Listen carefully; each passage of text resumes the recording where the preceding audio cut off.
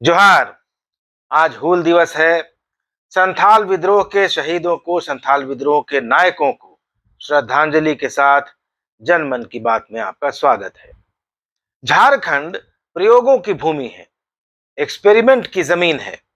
यहाँ एक निर्दलीय विधायक मुख्यमंत्री बन जाता है। टहलते घूमते किसी कंपनी का कोई मालिक एक भारी सा बैग लेकर आता है और राज्यसभा का सांसद बन जाता है।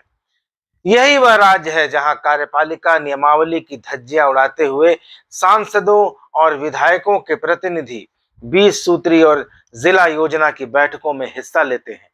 और अब तो इसमें एक नया अध्याय, एक नई कड़ी जुड़ गई है, और वह यह है कि अब मंत्रियों के आप्त सचिव यानी प्राइवेट सेक्रेटरी भी मंत्रियों के बिहाफ में प्रेस कॉन्फ्रेंस करने लगे हैं।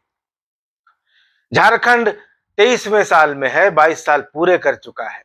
आज इतने सालों में पहली बार किसी मंत्री के प्राइवेट सेक्रेटरी को प्रेस कॉन्फ्रेंस करते देखा। दरअसल मंत्री के आप्त सचिव को कोई प्रशासनिक अधिकार नहीं होता है, चाहे वह सरकारी कोटे का हो या निजी कोटे का। आप्त सचिव यानी प्राइवेट सेक्रेटरी का काम मंत्री और उसके विभाग के बीच संवाद श्रृंखला यानी कम्युनिकेशन की कड़ी के रूप में काम करने का होता है। वह बस एक कम्युनिकेशन लिंक होता है। इसके अलावा कोई पीएस न तो किसी सरकारी फाइल या दस्तावेज पर एक अक्षर लिख सकता है, न दस्तखत कर सकता है। लेकिन आज एक अजीब घटना हुई। एक मंत्री के आप्त सचिव ने प्रेस कॉन्फ्रेंस किया और बाकायदा यह कहते हुए किया कि मैं मंत्री का प्रतिनिधि हूं। तो क्या यह मान लिया जाए कि हेमंत सोरेन की सरकार में सांसद विधायकों के प्रतिनिधियों और आप्त सचिवों को यह अधिकार दे दिया गया है कि वे मंत्री के, सांसद के या विधायक के बिहाफ में बैठकों में हिस्सा लें, 20 सूत्री की या जिला योजना की, या फिर प्रेस कॉन्फ्रेंस करें। तब तो कल को हम किसी आप्त सचिव को कैबिनेट की बैठक की ब्रीफिंग देते हुए देखेंगे तो अचरज नहीं होना चाहिए। या फिर किसी सांसद या विधायक का प्रतिनिधि उसके बदले योजनाओं की अनुशंसा करने लगेगा, टेंडर फाइनल करने लगेगा, और जिलों के उपायुक्त उस अनुशंसा को मान भी लेंगे, क्योंकि वे 20 सूत्री और जिला योजना की बैठकों में इन प्रतिनिधियों को तो अपने बगल में बिठाते ही हैं। तो हम ये कैसे राज्य में रह रहे हैं? क्या रूल्स ऑफ एग्जीक्यूटिव बिजनेस, जिसे हम कार्यपालिका नियमावली कहते हैं, उसका एग्जिस्टेंस, उसका अस्तित्व खत्म हो गया है? क्या झारखंड अब एक बनाना स्टेट हो गया है?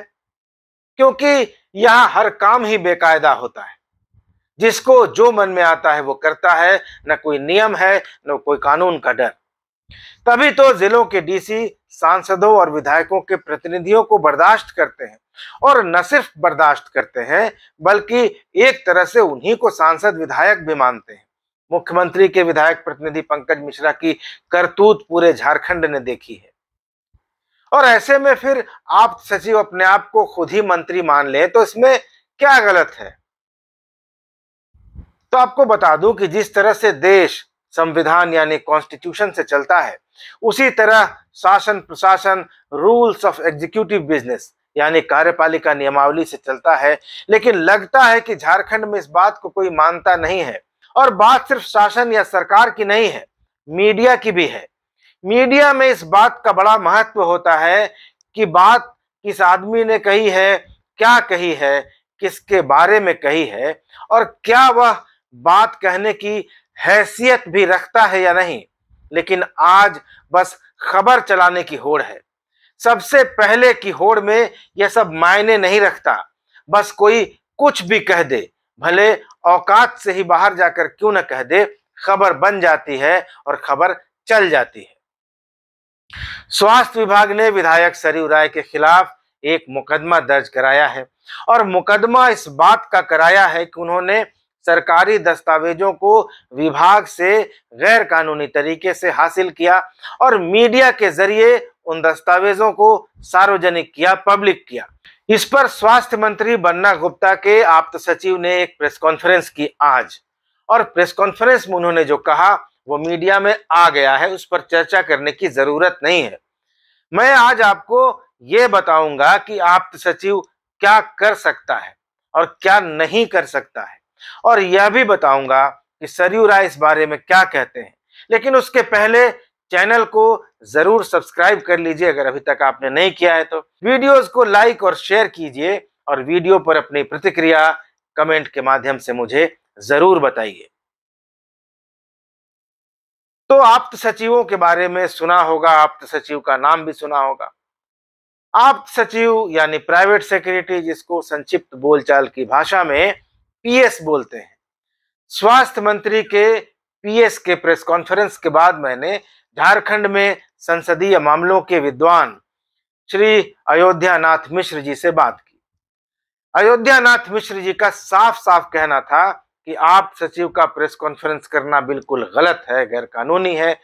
आप सचिव के पास दरअसल कोई अधिकार ही नहीं होता। प्रेस कॉन्फ्रेंस करना तो दूर, वह न तो किसी फाइल पर कोई टिप्पणी कर सकता है, न कोई आदेश दे सकता है। वह सिर्फ सूचनाओं के आदान प्रदान के लिए मंत्री और विभाग के बीच एक लिंक का काम करता है, एक कड़ी का काम करता है। यानी आप सचिव किसी मंत्री का हो, चाहे मुख्यमंत्री का ही क्यों ना हो, किसी प्रशासनिक काम का निपटारा नहीं कर सकता, किसी प्रशासनिक दायित्व उसको नहीं दिए जा सकते। तो इस सरकार से, मुख्यमंत्री से और मुख्य सचिव से मेरा यह सवाल है कि जब डोरंडा थाना में सरयू राय के खिलाफ स्वास्थ्य विभाग ने प्राथमिकी दर्ज कराई है, तो मंत्री का आप सचिव किस हैसियत से वहां प्रेस कॉन्फ्रेंस करने के लिए बैठा था? उनका क्या लोकस स्टैंड था? जब किसी पत्रकार ने आप सचिव से पूछा तो मंत्री बन्ना गुप्ता के पीएस ने स्वीकार किया कि वे मंत्री के प्रतिनिधि के रूप में बैठे हैं। तो मेरे पत्रकार भाइयों को और मेरे दर्शकों को यह जानना चाहिए कि कार्यपालिका नियमावली यानी रूल्स ऑफ एग्जीक्यूटिव बिजनेस में आप्त सचिव हो या प्रतिनिधि, उसे कोई अधिकार नहीं है कि वह पीसी करे या 20 सूत्री या जिला योजना की बैठकों को अटेंड करे। यह निहायत गलत है और यह नियम के खिलाफ भी है। इस प्रेस कॉन्फ्रेंस के बारे में मैंने सरयू राय से भी टेलीफोनिक बातचीत की। सरयू राय का कहना है कि पुलिस ने उनसे पूछा ही नहीं था कि दस्तावेज किसने लीक किए थे। अगर वे पूछते तो सरयू राय का कहना है कि वे पुलिस को बता देते। ये भी कहते हैं कि पुलिस ने एक तरफा कार्रवाई की है और उन्होंने यह भी कहा कि ऐसे मामलों में सुप्रीम कोर्ट का बिल्कुल स्पष्ट आदेश है कि मामला बनता ही नहीं है, लेकिन मैं क्वैशिंग के लिए हाई कोर्ट नहीं जाऊंगा। मैं चाहता हूं कि यह मामला कोर्ट में चले ताकि मेरा जो मुद्दा है भ्रष्टाचार को सामने लाने का, वो कम से कम लोगों के सामने तो आए, कोर्ट के सामने तो आए। ये सरयू राय का कहना है। तो आइए सुनते हैं सरयू राय क्या कह रहे हैं। जिस समय स्वास्थ्य विभाग ने बन्ना गुप्ता के कहने पर मेरे खिलाफ डोरंडा थाना में एफआईआर किया जी, और एफआईआर के साथ साथ एमपी एमएलए कोर्ट में जी, उन्होंने वहां मानहानि का मुकदमा भी दर्ज किया। जी, तो हाई कोर्ट के कई क्रिमिनल साइड के जो वकील हैं, जी, विशेषज्ञ हैं, उन्होंने हमसे कहा कि आप हाई कोर्ट में एक क्वैश रीट कर दीजिए दोनों को क्वैश करने के लिए। जी, ये तो 1 मिनट का है, क्वैश हो जाए। इसमें तो सुप्रीम कोर्ट का जजमेंट इसमें है, जी, क्लियर है मैं। और सुप्रीम कोर्ट के जजमेंट के बाद कैसे कोई कोर्ट विचार करता है इसको? जी, तो हमने कहा कि नहीं, आने दीजिए, हम लोग कोर्ट में मामला है, लड़ें, सरकार भी तो बताएगी ना क्या हो रहा है क्या नहीं हो रहा है। जी, तो इसलिए हम इसकी क्वैशिंग के लिए हाई कोर्ट नहीं गए। जी, अभी आया है तो हम तो मानते हैं हमारे लिए एक अवसर है कि भ्रष्टाचार के सारे मामलों को कोर्ट में रखने का मौका मिलेगा। इसलिए हम कोर्ट से ये ना कहेंगे कि सुप्रीम कोर्ट ने ये कहा है इसलिए आप मत सुनिए। हम कहेंगे आप सुनिए, जी, मेरिट पर सुनिए, और जिन कागजों को मैंने सार्वजनिक किया है मैं बता दूंगा कि किसने मुझे दिया। तो मुझसे पुलिस पूछ ली होती अनुसंधान के दौरान तो मैं बता देता कि ये कागज मुझे फलाना आदमी ने दिया है। जी, मुझसे तो कोई पुलिस ने पूछा नहीं इसके बारे में। जी, एक तरफा अनुसंधान किया और चार्जशीट दाखिल कर दिया। मेरा नाम भी उसमें नहीं था जी। चार्जशीट में। तो प्रेस करके कोर्ट में लोगों ने बाद में मेरा नाम जुड़वाया। तो क्या यह हास्यास्पद नहीं है कि आप पर जो आरोप लग रहे हैं कि आपने गैर कानूनी तरीके से दस्तावेज हासिल किए और जो व्यक्ति प्रेस कॉन्फ्रेंस कर रहे थे वे भी खुद जो गैर कानूनी जो तरीके से प्रेस कर रहे कॉन्फ्रेंस कर रहा है उसका तो कोई लोकस सिसडाई ही नहीं है, उसका तो कोई आधार ही नहीं है। कायदे से तो सरकार को उसको आप सचिव से हटा देना चाहिए। आप सचिव की जो भूमिका है वो भूमिका मंत्री के सहायक के नाते उनके विभाग के जो काम है उनमें मंत्री की सहायता करने पर है ना। और जब वो मंत्री करा रहे, वो करा रहे हैं मतलब मंत्री करा रहे हैं, तो मंत्री में इतनी हिम्मत है तो खुलेआम आना चाहिए था, मेरे बारे में उनको कहना चाहिए था। मैं तो बताऊंगा, कोर्ट पूछेगा, मैं बताऊंगा कि किसने मुझे कागजात दे दिया। तो आपने सरयू राय की बात भी सुन ली। सरकार से मेरा एक सवाल है, क्योंकि अगर सारे आप्त सचिव इसी तरह से प्रेस कॉन्फ्रेंस करने लगे, कैबिनेट बैठकों की कभी ब्रीफिंग जारी करने लगे और सांसदों और विधायकों के प्रतिनिधि खुद ही योजनाओं को फाइनल करने लगे, अनुशंसा करने लगे, तब तो सरकारी सिस्टम ध्वस्त हो जाएगा। बल्कि झारखंड में यूं कहें कि ध्वस्त हो ही चुका है, क्योंकि नेताओं और अधिकारियों ने इन मुद्दों पर अपनी आंखें बंद करके जिस गलत परिपाटी को जन्म दिया है वो अब नए नए आयाम लेकर बढ़ती जा रही है, जैसे आज का यह प्रेस कॉन्फ्रेंस। इन चीजों को निचले स्तर पर ही रोके जाने की जरूरत थी, लेकिन इसे रोका नहीं जा रहा है, तो यह समस्या विकराल हो रही है और आगे यह और विकराल रूप धारण करेगी।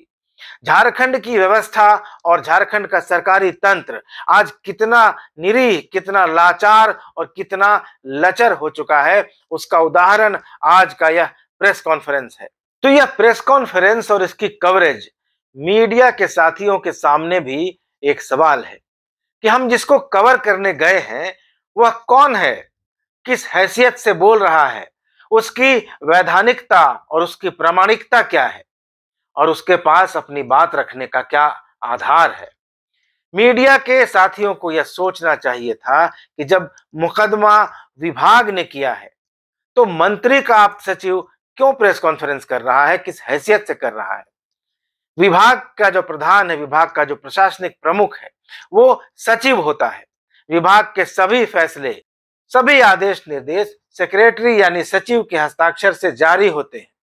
इस केस में मंत्री न तो शिकायत करता है और न पार्टी है, तो उनके प्रतिनिधि के रूप में प्रेस कॉन्फ्रेंस करने पर न तो किसी पत्रकार ने सवाल उठाया, और सवाल तो नहीं उठाया बल्कि इस पूरे प्रेस कॉन्फ्रेंस को कई जगह प्रमुखता से छापा गया और दिखाया गया। तो ऐसा करके क्या मीडिया के मेरे साथी झारखंड को एक अराजक स्टेट बनने में और इसको और अराजकता की तरफ बढ़ने में क्या सहयोग नहीं कर रहे? यह आपके सामने सवाल है कि क्या सांसद और विधायकों के प्रतिनिधियों का जिला योजना और 20 सूत्री की बैठक में शामिल होना और क्या किसी मंत्री के आप्त सचिव का उसके बिहाफ में प्रेस कॉन्फ्रेंस करना, जो कि कार्यपालिका नियमावली के बिल्कुल खिलाफ है, उस पर आप क्या सोचते हैं? आपकी क्या प्रतिक्रिया है? प्रतिक्रिया कमेंट बॉक्स में जाकर जरूर बताइएगा। मिलेंगे अगले वीडियो में, तब तक इजाजत दीजिए। धन्यवाद, नमस्कार।